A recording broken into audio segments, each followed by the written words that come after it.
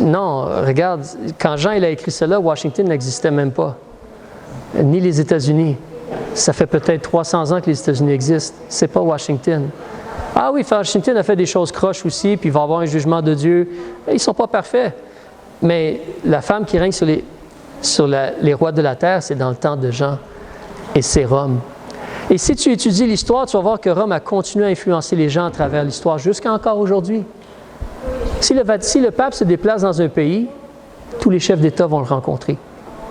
Tous les chefs d'État vont le rencontrer. Et même c'est souvent un honneur pour eux de le rencontrer. Même des fois, ils veulent embrasser sa bague ou les pieds. Ils veulent qu'il le bénisse. Et ainsi de suite. Est-ce qu'ils sont d'accord avec ce qu'il fait, ce qu'il est, ce qu'il représente? Mais c'est un organisme qui n'est pas seulement religieux. Il y a un aspect politique, une influence sur les politiques des gens, un aspect économique. J'ai chez moi à la maison un livre écrit par un pasteur qui était au Québec, qui a fait la guerre mondiale, qui a documenté des choses, comment le Vatican n'a pas agi pour empêcher Hitler de faire des choses en Allemagne, comme s'il avait laissé Hitler prendre possession de l'Europe. Ils étaient d'accord, ou ainsi de suite. Mais la chose demeure que c'est Rome. C'est vraiment Rome. Rome s'est modifié à travers les années, puis il va probablement se modifier encore. Mais c'est Rome. C'est vraiment Rome.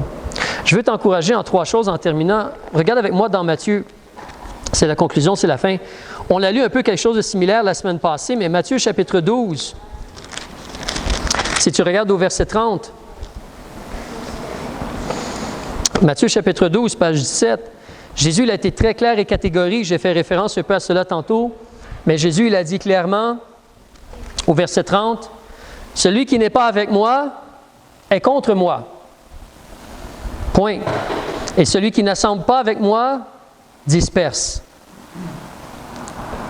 C'est le choix que nous faisons. Nous voulons reconnaître Jésus, le recevoir comme le Messie, notre Sauveur, s'assembler avec lui, travailler avec lui. Même si présentement il faut souffrir, travailler avec lui. Parce que si quelqu'un n'est pas avec lui, il va disperser. Le jugement va tomber. Le jugement va tomber. Deuxième chose, puis après ça la troisième, puis c'est fini. Si tu lis avec moi dans Jude, on est averti de la réalité du combat qui est devant nous. Ce n'est pas nécessairement juste contre la grande prostituée. Il y a des faux prophètes partout dans le monde aussi. Mais en Jude, au verset 3, Dieu nous encourage à combattre pour la foi.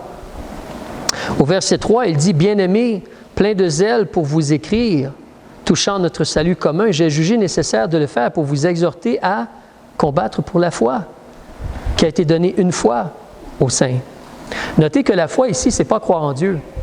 La foi ici, ce n'est pas croire en Jésus ou recevoir Jésus comme notre Sauveur. La foi, c'est nos croyances plurielles. C'est notre doctrine. C'est ce que nous croyons. Ce sont les vérités que nous croyons qui sont écrites dans le Nouveau Testament et dans certains cas répliquées dans l'Ancien Testament. On doit combattre pour la foi qui a été donnée une fois aux saints. Dieu nous a laissé ses paroles et on doit combattre pour ces vérités-là, les appliquer dans notre vie. Entre autres, la grande prostituée, elle a un autre plan, un autre enseignement, d'autres doctrines, des mensonges. Des mensonges. Après Jude, si tu avances dans l'Apocalypse, regarde au chapitre 18, c'est un aperçu. La semaine prochaine, on va parler du chapitre 18. Mais regarde ce qu'il nous dit au verset 20. C'est là qu'on a un encouragement. Je sais que présentement, d'une certaine façon, peut-être certains d'entre vous, vous ne voyez pas vraiment le combat présentement. Vous ne voyez pas vraiment le combat. Peut-être pour vous, le combat, c'est « Ah, est-ce que je peux avoir une place de stationnement aujourd'hui quand je retourne à la maison si j'habite en ville? » Peut-être c'est ça le combat pour vous aujourd'hui. Peut-être le combat pour vous, c'est « Ah, au travail, il y a quelque chose que j'apprécie pas ou quoi que ce soit. » Peut-être c'est ça le combat pour vous aujourd'hui. Mais la réalité, c'est qu'il y a un combat spirituel. Il y a un combat spirituel qui est en train de se produire. Et tu vas le réaliser tôt ou tard. Si tu es un disciple de Jésus, puis tu essaies de vivre pour Jésus, tu vas réaliser tôt ou tard la réalité du combat. La réalité du combat. Mais ici, au verset 20, ça te dit, chapitre 18, « Au ciel, les habitants du ciel, réjouis-toi à cause de la grande Babylone. ainsi que vous, saints apôtres et prophètes, car Dieu a exercé ses jugements sur elles à cause de nous. À cause de nous. Tous les sauvés.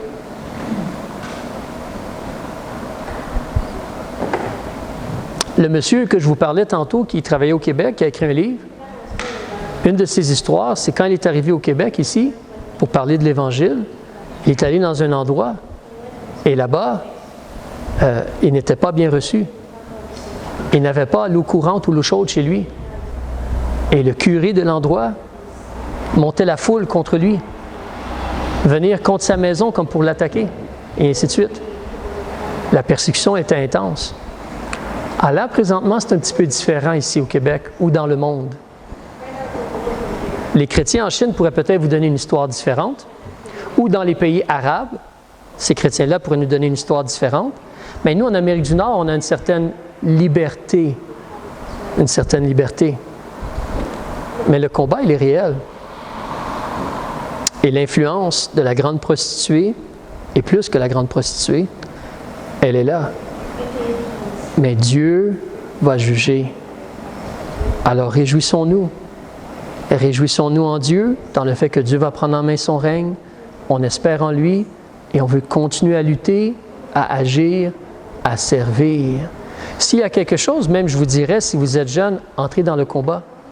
Comment je peux entrer dans le combat, pasteur? Tu peux prier. Tu peux prier. Tu peux prier pour les âmes perdues. Tu peux essayer de donner des traités, de parler aux gens de Jésus. Si tu essaies de faire des choses pour Dieu, tu vas ressentir le combat rapidement. Tu vas rapidement ressentir le combat. Mais embarque dans le combat.